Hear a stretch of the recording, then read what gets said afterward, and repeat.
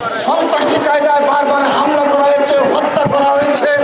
এই সে সকল ছাত্রলীগের নেতা কর্মীদের বিচারের আওতায় দ্রুততম সময়ে নিয়ে আসতে হবে।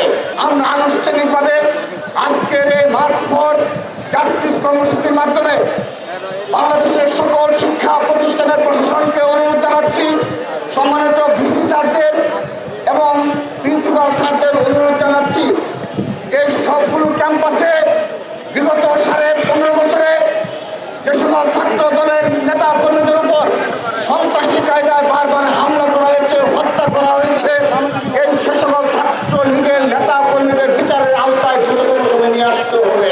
আমরা আজকের এই মার্চ ফর জাস্টিস থেকে আমরা প্রতিটি শিক্ষা প্রতিষ্ঠানের যারা দায়িত্বে রয়েছে তাদের নিকট আনুষ্ঠানিকভাবে দাবি জানাচ্ছি, ঢাকা বিশ্ববিদ্যালয়, জাহাঙ্গীরনগর বিশ্ববিদ্যালয় সহ এই সকল শিক্ষা প্রতিষ্ঠানে আগস্টের পরবর্তী বাস্তবতায় ঠিক পরপরই যারা শিক্ষা প্রতিষ্ঠানগুলোতে সন্ত্রাসী কায়দায় হামলা করেছিল, সে সকল হামলায় যারা জড়িত ছাত্রলীগের সন্ত্রাসীদের নাম নিয়ে তারা একটা তদন্ত কমিটি গঠন করেছে।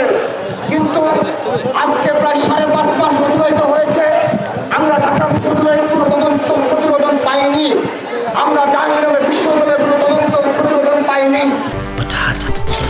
বাছাই করা আলু আর স্পাইসি সিজনিং এ প্রাণ পোটাটা চিপস নাকি বিস্কিট খেয়ে বুঝে নাও।